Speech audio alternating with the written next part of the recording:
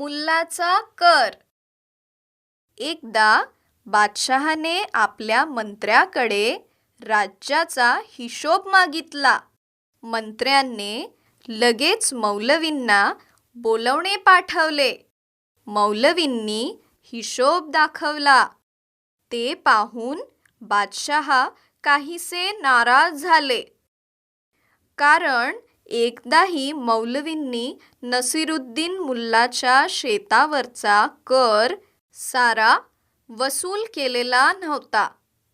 बादशहाने विचारल्यावर मौलवींनी सांगितले, महाराज, जेव्हा मी त्याच्याकडे शेतसारा मागतो तेव्हा त्यांच्याकडे देण्यासाठी काहीही नसते. हे ऐकून बादशहाने तात्काळ आदेश दिला, जा आणि शेतात जे पीक असेल त्याचा अर्धा भाग घेऊन या. मौलवी नसीरुद्दीनकडे आले. मौलवींनी नसीरुद्दीनला बादशहाचा आदेश सांगितला. नसीरुद्दीन चलाख होता. तो म्हणाला, सांगा, तुम्हाला शेतातल्या पिकांचा वरचा भाग हवा आहे की जमिनीतला?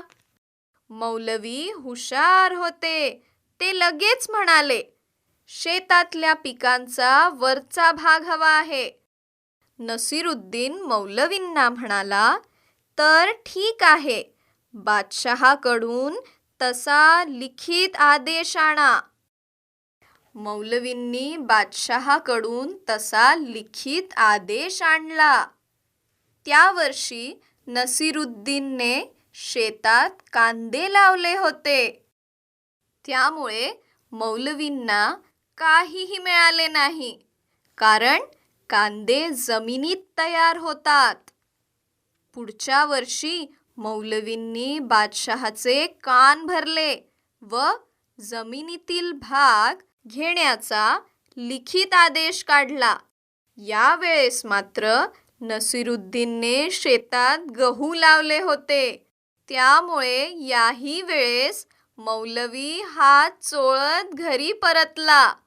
नसीरुद्दीनने आपल्या तल्लख बुद्धीने दोन्ही वेळेस मौलवींना रिकाम्या हाताने घरी पाठवले.